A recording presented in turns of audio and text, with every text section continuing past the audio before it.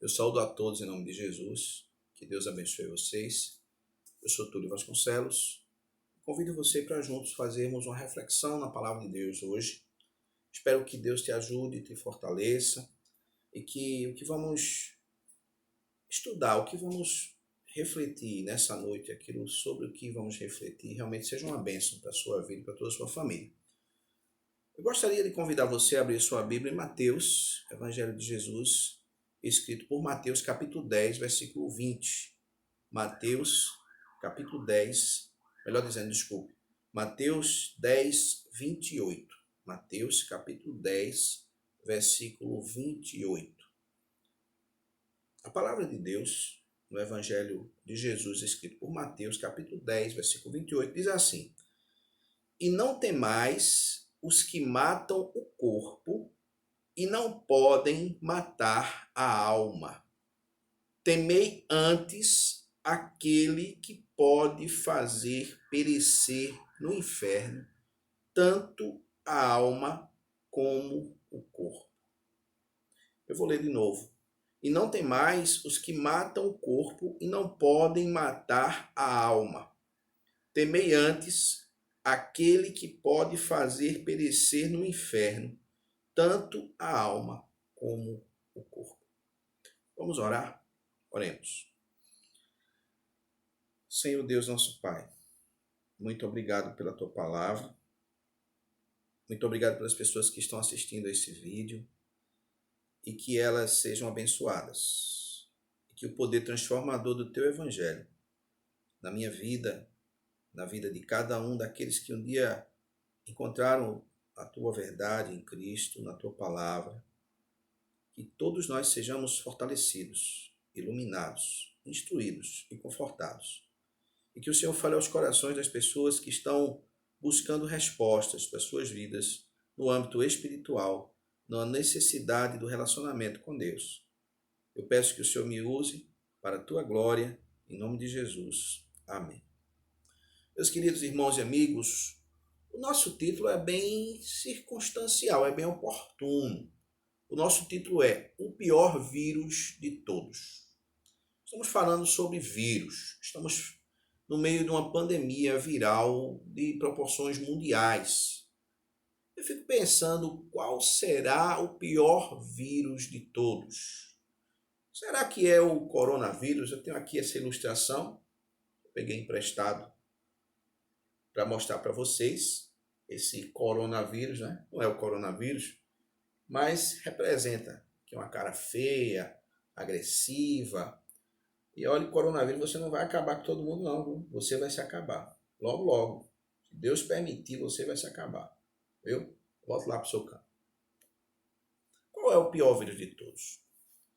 No contexto em que nós lemos, Jesus estava ensinando aqui várias verdades aos seus discípulos. Estava falando sobre aquilo que é mais importante. Estava fazendo comparações. Fala sobre discípulo, fala sobre mestre. O lugar que nós precisamos encaixar cada coisa da nossa vida. E ele está dizendo que precisamos temer mais do que o que pode matar o corpo, aquilo que pode matar a alma, aquilo que pode não apenas tirar a vida física, mas pode tirar a vida espiritual. Esse texto, esse versículo, cabe muito bem a algumas interpretações possíveis para esse texto. Alguns estudiosos acreditam que Jesus está falando sobre aqueles que podem atingir a vida física da gente e isso causa um determinado dano, os que podem matar as pessoas, os agressores, um assassino. E isso pode atingir a gente aqui terrenamente, mas existem coisas que podem atingir eternamente. Então, realmente Jesus está fazendo essa comparação. Eu quero perguntar para você, antes de chegar num ponto mais crucial, mas o que é que atinge mais a nossa vida? Falando sobre vírus, eu pesquisei um pouco sobre a história das pandemias. Eu falei em alguns vídeos anteriores que iria, em determinado momento, falar sobre esse assunto. E hoje chegou esse momento. Eu não estou dizendo que a pandemia que estamos vivendo é pequena. Não é. Ela é muito grave, é muito séria. Nós precisamos tomar os cuidados. Tem muitas pessoas morrendo, muitas famílias no Brasil e no mundo todo estão agora de luto, e é triste. Realmente essa realidade para nós é uma realidade lamentável. Mas já houve no mundo, infelizmente, grandes epidemias, grandes pandemias. A peste bubônica matou 50 milhões de pessoas na Europa e na Ásia entre o ano de 1333 e 1351. Em torno de 18 anos foram 50 milhões de mortos. A cólera, de 1817 a 1824, e ainda hoje mata de 100 a 120 mil pessoas por ano no mundo. A tuberculose, em 100 anos, de 1850 a 1950, segundo os historiadores, matou 1 bilhão de pessoas. A varíola matou 300 milhões entre 1896 e 1980. Durante muito tempo, a varíola matou 300 milhões de pessoas. Veja quantas pessoas foram mortas. A gripe espanhola, em um ano, matou 50 milhões, segundo está registrado na história. 50 milhões de pessoas, de 1918 a 1919. O tifo, de 1918 a 1922, veja só, a gripe espanhola acontecendo e o tifo também acontecendo, passou aí mais 3 anos, ele matou 3 milhões de pessoas no mundo. Febre amarela, 30 mil mortos na Etiópia, de 1960 a 1962. Sarampo, 6 milhões de pessoas até 1963. Malária, 3 milhões de mortos desde 1980 e não parou de matar. Já 3 milhões de mortos. AIDS, 22 milhões de mortos no mundo desde 1981. Então, meus queridos irmãos, meus queridos amigos, nós temos um mundo cheio de epidemias. Muitas delas não foram resolvidas ainda. Mas sabe, tem um vírus pior do que esses. E eu gostaria de aplicar esse texto que eu li aqui para esse contexto. Nós damos às vezes muita atenção àquilo que mata fisicamente. E a morte física é terrível. Mas tem uma morte pior que a morte física. Segundo a Bíblia, é o pecado. É o vírus do pecado que contaminou toda a humanidade e mata todo mundo. Todo mundo morre espiritualmente por causa do pecado. A Bíblia diz que no Gênesis, o homem foi contaminado com a desobediência, o vírus da desobediência, quando Adão, a mulher Eva, eles pecaram, desobedeceram a Deus, eles comeram aquele fruto, que a Bíblia não diz qual foi, a Bíblia não diz que era maçã, nem banana, nem abacaxi, era um fruto da árvore do conhecimento do bem e do mal, que estava no meio do jardim. Deus disse, não comam, eles comeram, e aí eles se viraram contra Deus.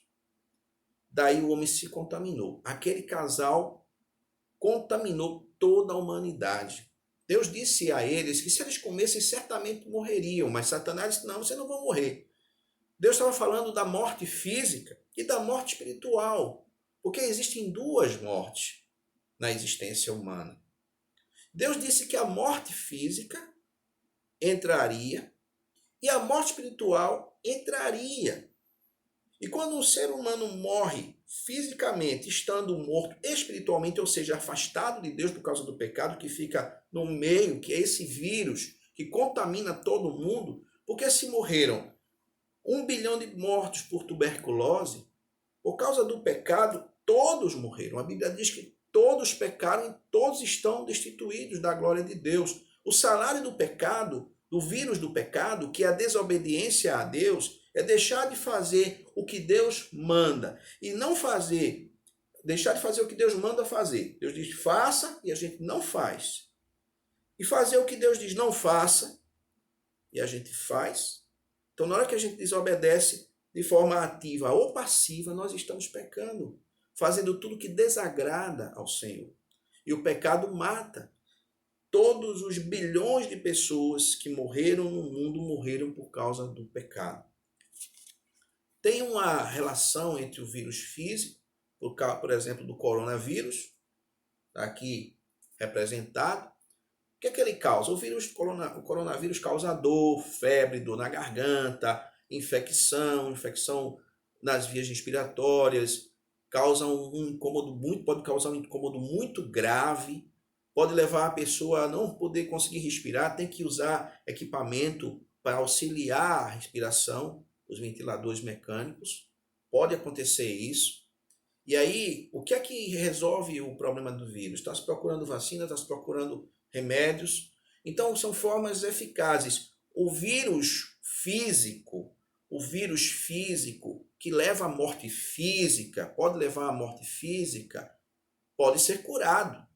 Ele pode ser curado. E nós esperamos que logo surjam logo as curas, surjam logo as respostas, os medicamentos, as vacinas, se Deus quiser, irão surgir. E aí teremos, eu creio, nós cremos, uma solução para esse problema físico. Mas o vírus espiritual, que é o pecado, causa o quê? Romanos 3:23, Romanos 6:23, que eu acabei de citar, causa dor espiritual, causa afastamento de Deus, vazio na alma.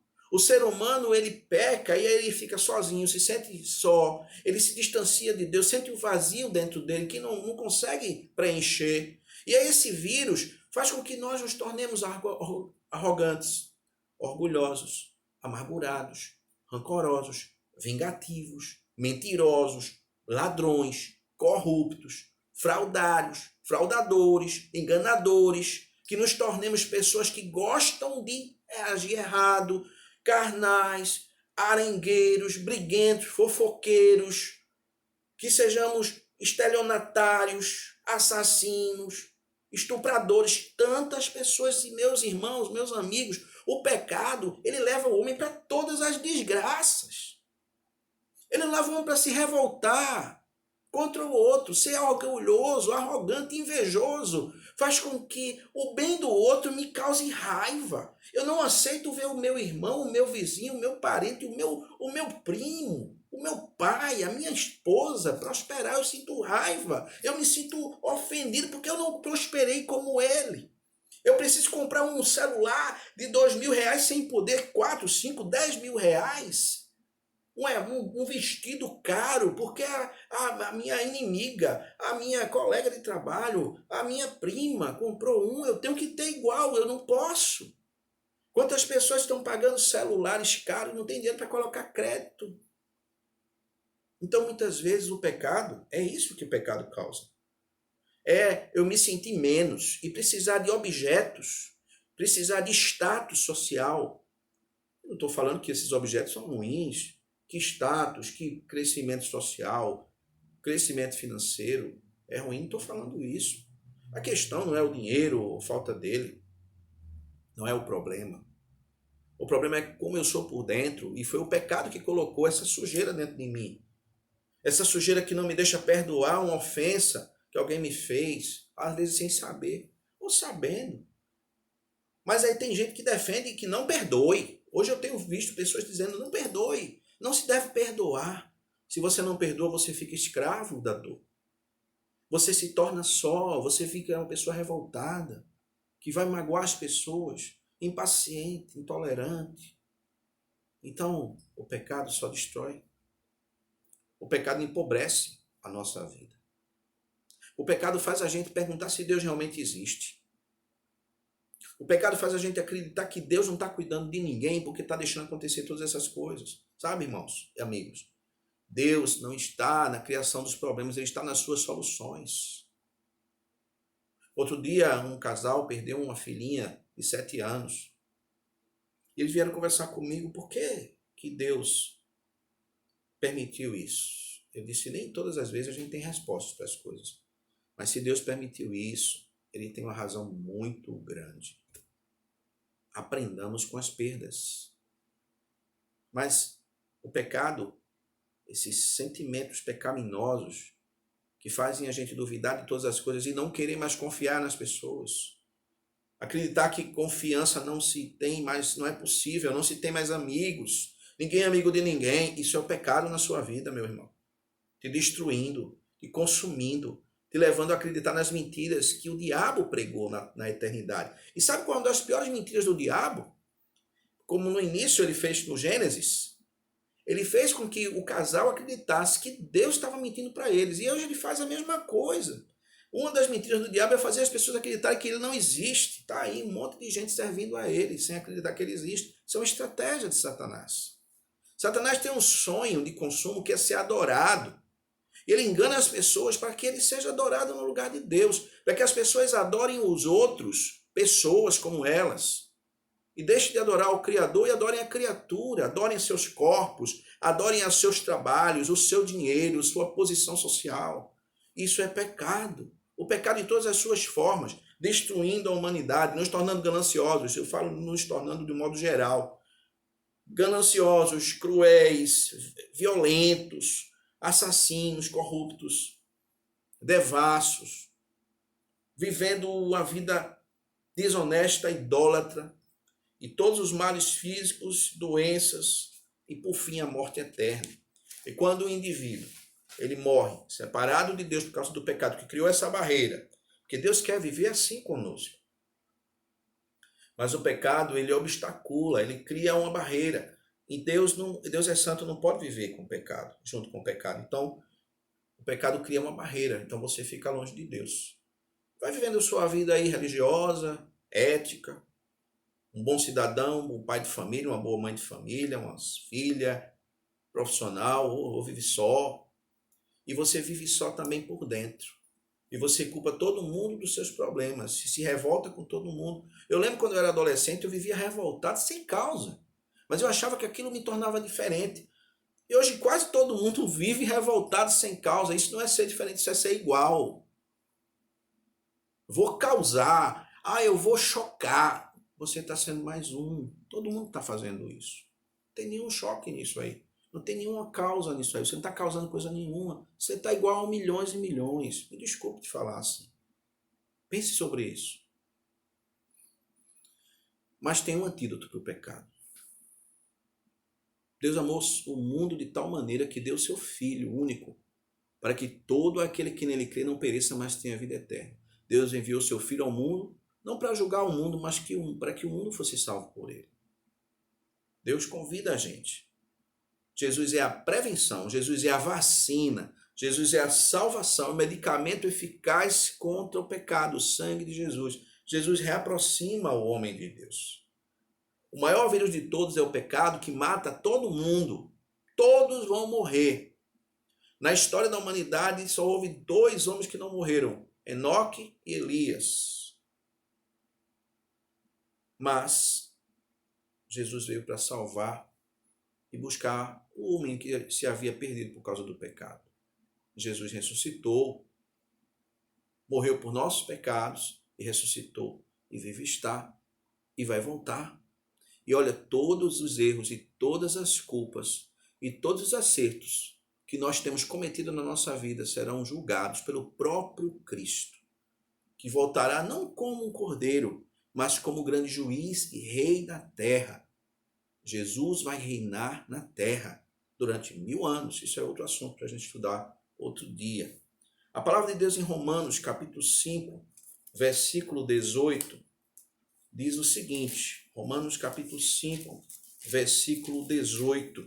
A Bíblia nos diz assim: portanto, assim como por uma só ofensa de Adão veio o juízo sobre todos os homens para condenação por causa do pecado, assim também por um só ato de justiça, a morte de Jesus, veio a graça sobre todos os homens para justificação e vida. Porque assim como pela desobediência de um só homem muitos foram constituídos pecadores por causa do vírus do pecado que contaminou a humanidade, assim também pela obediência de um, Jesus Cristo, derramando seu sangue na cruz do Calvário, muitos serão constituídos justos.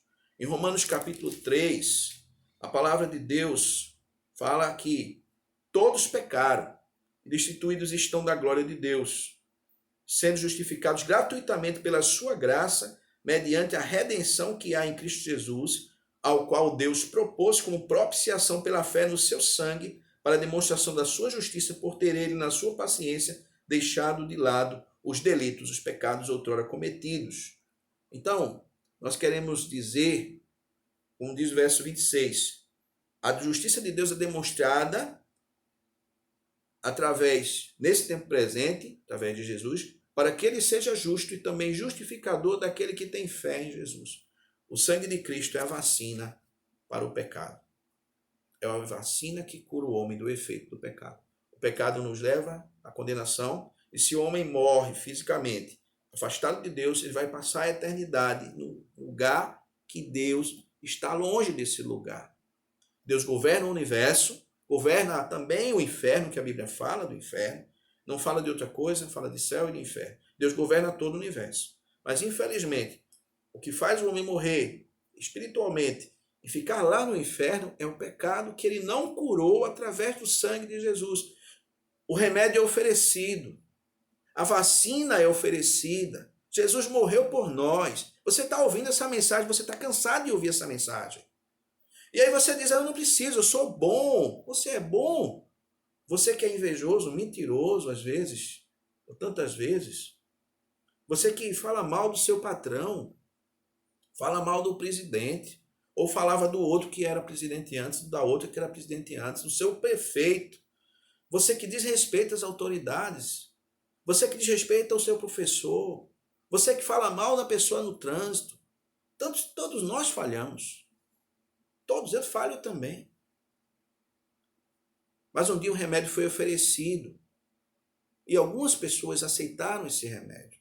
Foram humildes, mesmo no seu orgulho, para dizer, eu preciso de Jesus, porque só tem Ele para me curar. Eu sou um pecador miserável. Eu mereço realmente ir para o inferno.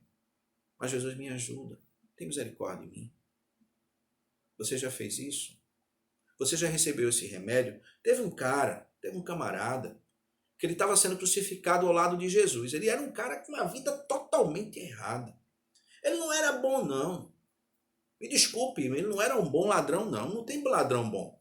Você já viu ladrão bom? A Bíblia não fala o nome dele, na verdade. Mas aquele homem, ele parou, ele estava reclamando. E depois ele parou e refletiu.